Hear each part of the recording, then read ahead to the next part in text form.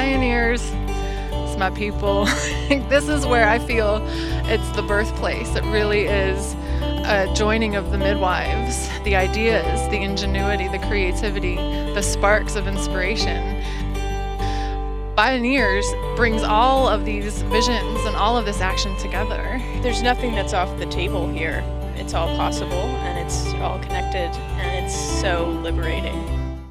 Hello, I'm Imara Jones reporting with FSTV from the Bioneers Conference, that annual gathering of people who come together from around the world and across the country to figure out how to live in balance with themselves, each other, and the natural world, and what the natural world and the environment can tell us about doing all of that. One of the biggest topics here is excitement around a Green New Deal as a possible way to control, turn back even, the climate crisis. And so that's why we wanted to sit down and have to sit down with Michelle Romero, who is from Green for All, the executive director of Green for All, I should say, who can talk about that. And Green for All is an organization which works to find ways to end both poverty and climate change in ways that work for everybody. So Thank you so much. Thanks so much for having me. It's been really exciting to see, as you mentioned, all of the new energy around a Green New Deal.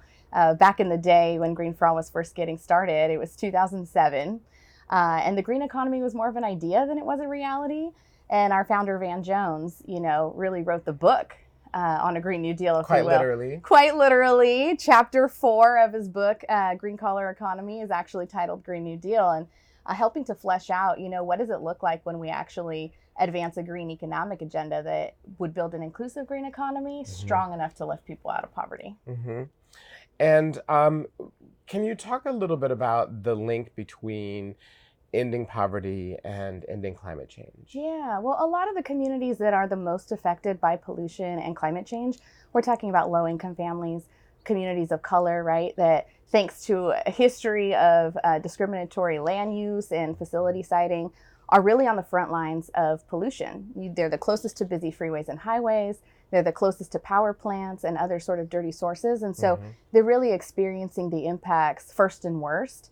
And these are the same communities then that are the most vulnerable to the impacts of climate change. When you live in a home, you live in low-income housing, sometimes they don't have insulation, right? They're single pane windows, the HVAC systems are out of date. And so even, we talked to some farmers in the Central Valley, just to cool your house when it's 110 degrees outside can cost you $1,000 a month in an energy bill. That's something that they can't afford, right? So how do we actually advance solutions that are going to lower the cost of living and improve quality of life? Right, and it's beyond that. I mean, it's not only the pollution side of it, but it literally is the climate change side of it. So in places, particularly in the Gulf and in Florida, people of color are overwhelmingly on the front lines of social change, particularly in Louisiana, when you go to Houston and Galveston, where they are most likely to be impacted by the fossil fuel industry that's developing there. So, climate change, we often think of it as something that's impacting people, sort of distant people in the Pacific on an island that is going to be subjected to sea level rise. But sea level rise and those dislocative impacts are happening here. Definitely. And actually, so I got into the climate change movement through a friend of mine who was doing this work from this sort of racial justice, economic justice lens. And until that point, I really looked at the environmental movement as just sort of this thing for a white hippie tree hugger, kind of community. And it's true what you're saying. It's actually, our communities who are impacted first and worst. And when disaster strikes, like, who are we evacuating first? All of those kinds of things. That's and right. So it's really important, and why I'm passionate about the work that we're doing at Green for All, that we're actually not just advancing a climate change agenda, but a climate justice agenda. Yeah, I think one of the things that has come out recently as well is that even in recovery, the way that places recover economically, it's overwhelmingly wealthy people that benefit from aid, from government help, from the rebuilding initiatives. So even the way that we can reconstruct communities after disasters, can extend economic injustice, right? Definitely. Well, the thing is, we have inequality now, right? And if we're just layering on climate policies onto that cut carbon, wherever the carbon comes from, right? If we're just cutting carbon and we're not addressing the underlying inequality, then we're going to either keep that inequality in place or exacerbate it and make it worse. And so when we cut carbon, we should cut inequality too. Yeah.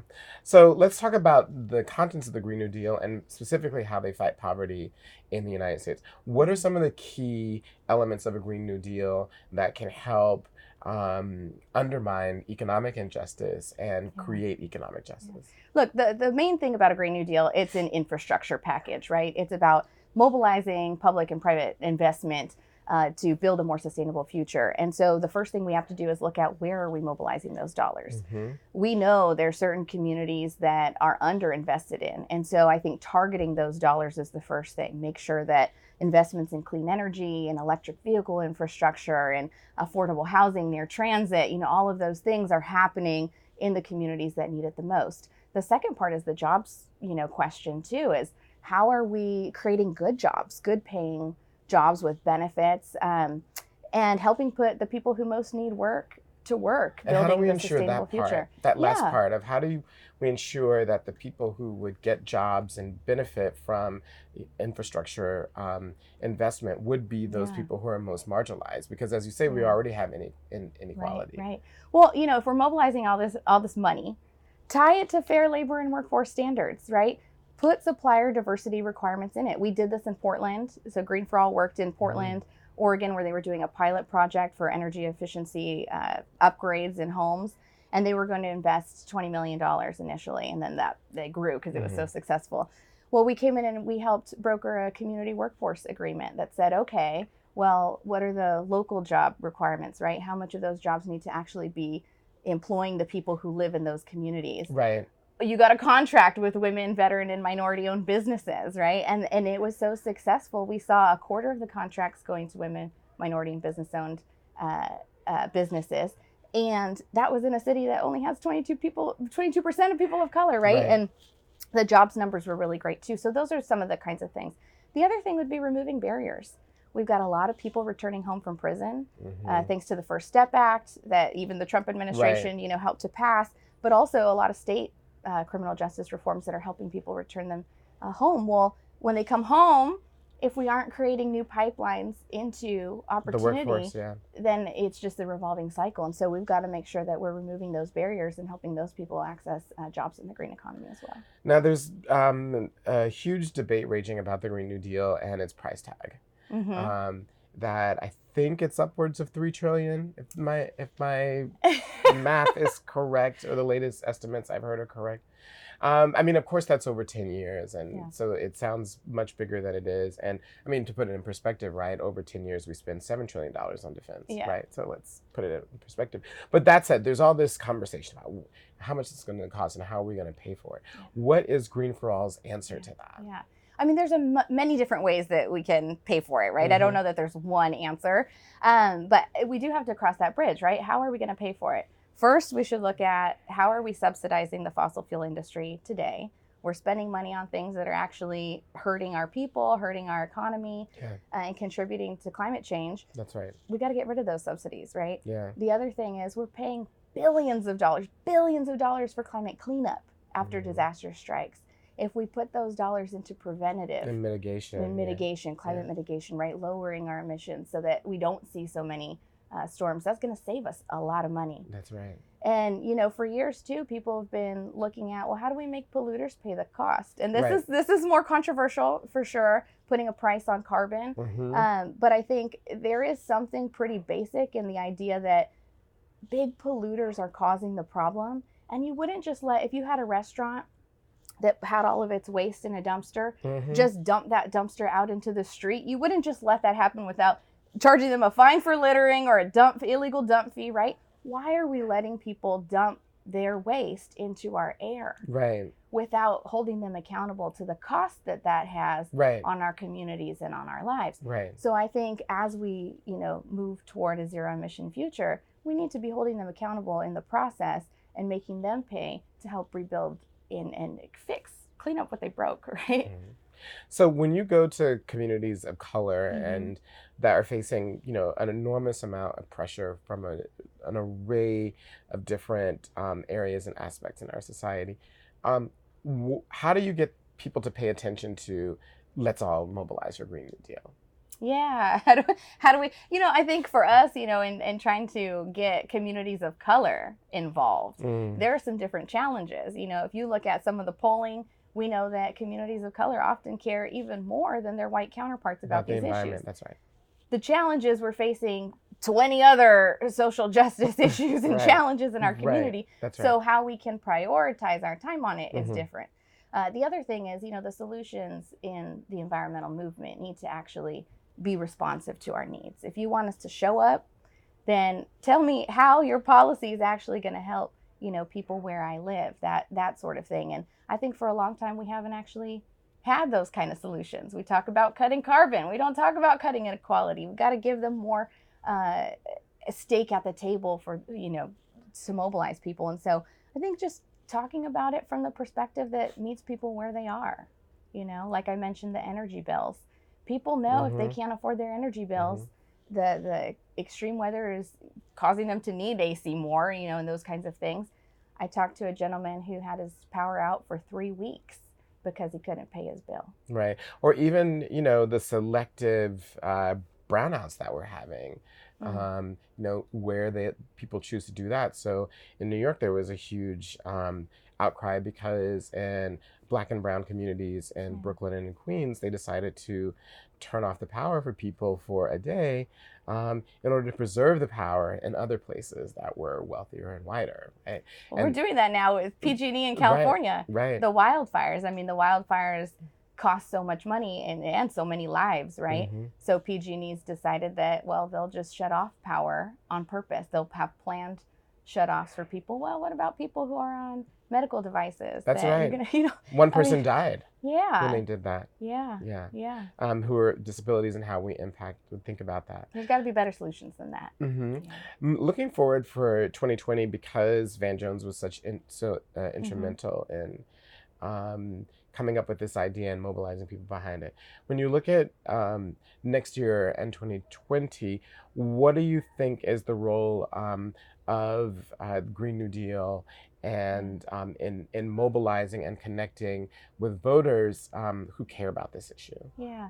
I think it's going to be really important in the democratic politics of who shows up, right? The youth activists, including Sunrise Movement, certainly, who've sort of thrust Green New Deal back on scene, have played a major role in energizing the base of youth, which is going to be a key voting bloc in the 2020 election.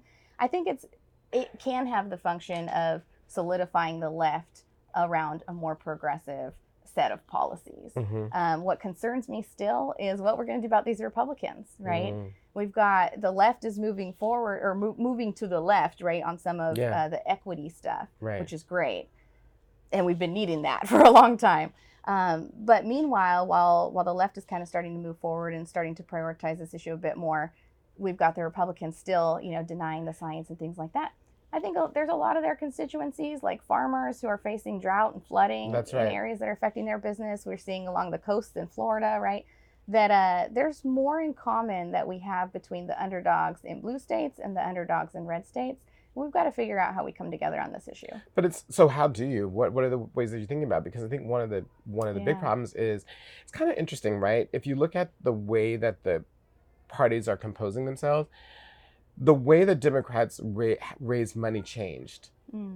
So it's become actually a more small d Democratic party, right? When you have 2 out of the 3 largest fundraisers in the party all raise from $3, $5, $10, $15, $20, right? Elizabeth Warren mainly and Bernie Sanders. It's changed the conversation, right? And you can even look at it and see what happens with Joe Biden, who continues to rely heavily on corporate money. How he sounds is different, right? Then you look across the aisle, and the Republican Party overwhelmingly is the corporate party, right? And the party of big pharma and big oil and all of the things that are contributing to the lack of progress on them. And it's just an interesting link then, this intersection between climate change, economic justice, and corporations and the way that they're contributing to politics. So I guess what I'm saying is, I think you're right. I don't know how, when you have one party that's captured by the fossil fuel industry, how do you do that? Yeah. I mean, I don't think it's going to be easy, but I think we have to try, and I think we can't afford not to try. True. And it can be easy to stay, I think, entrenched in our ideologies. Yeah. And, you know, if you don't believe in everything that's in a Green New Deal, then you're not with us. And I think if we just have that mentality, we aren't going to get anything done. And I'd really like to see the policy or the vision that's been laid out around a Green New Deal materialize, right? Like, people on the front lines of pollution can't afford these sort of food fights at the higher level, if you will, right? Mm-hmm. So I think, you know, coal miners are getting a raw deal right now. It's one thing to say we don't want to phase out fossil fuels because these are going to impact these jobs, but if we don't plan for it now and see the projections that renewables are getting cheaper and cheaper, right? Yeah. That's going to be the way. Those plants are going to close one way or another, and it's better to plan the transition and make sure we're taking care of those workers and that they aren't left one day, you know, laid off and without paychecks and no benefits and things like that.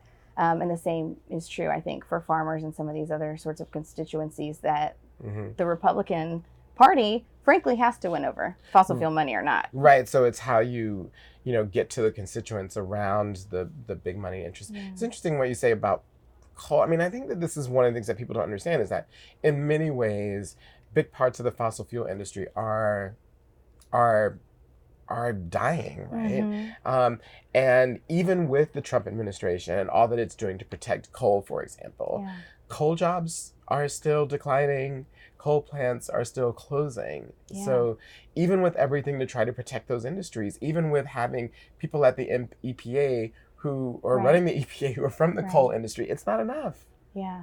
I mean, and we have to think about it, the way we think about it for our communities, we want targeted investments. You need intentional policy that's looking at what are the needs here and how do we make that work? How do we uplift these communities? It's got to be the same in coal country. I mean, if these were our communities and you were worried about an entire industry that's supporting an entire community, right, going out of business, that's really scary. And so I think we do need to be thinking about, well, how do we bring in some of these manufacturing jobs into this place to replace those jobs, right? And I think we have to do that really intentionally too. We're not against people making money. I think that's the point here, right? You can make money, but I think you can make money doing good. Right. I mean, and even in our own laws right now, you can make money. You just can't make money. You can't make money by poisoning people, right? Right. Legally, that's like that's where I draw the line. Right. Exactly. So there are already limits, and the conversation is about how to extend those limits to the environment. Yeah.